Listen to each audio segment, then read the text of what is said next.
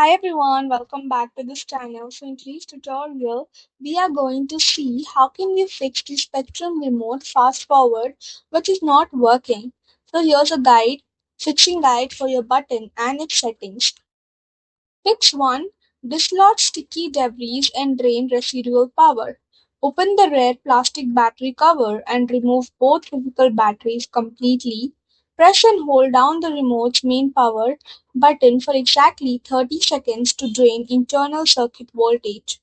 Mash and click the fast forward FF button rapidly and firmly for 20 times while the power remains disconnected. Also note that this critical friction movement clears away internal dust, skin oils, or condensation, blocking the conductive rubber pad from meeting the circuit board. Fix to rule out commercial and content restrictions. Check if you are currently watching a live broadcast via video on demand or a cloud-based DVR playback. Look for an on-screen lock icon or restriction message when pressing fast forward, as networks regularly disable trick play buttons during mandatory commercial breaks.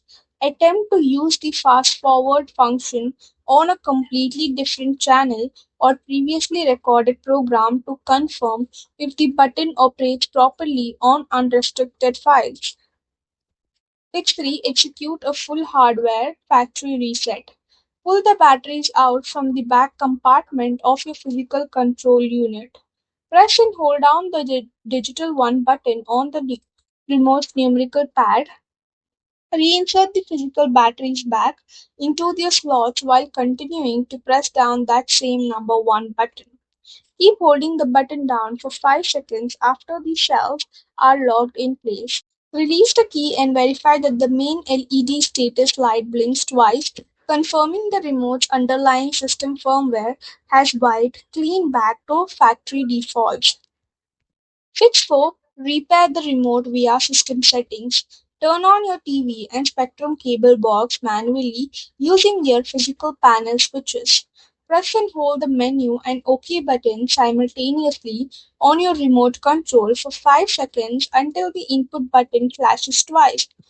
Press the profile or menu button to force the cable receiver to launch its on-screen peripheral wizard. Follow the on-screen prompts to pair your remote via RF, your radio frequency, instead of standard IR, infrared, allowing your commands to bypass physical line of sight signal blocks.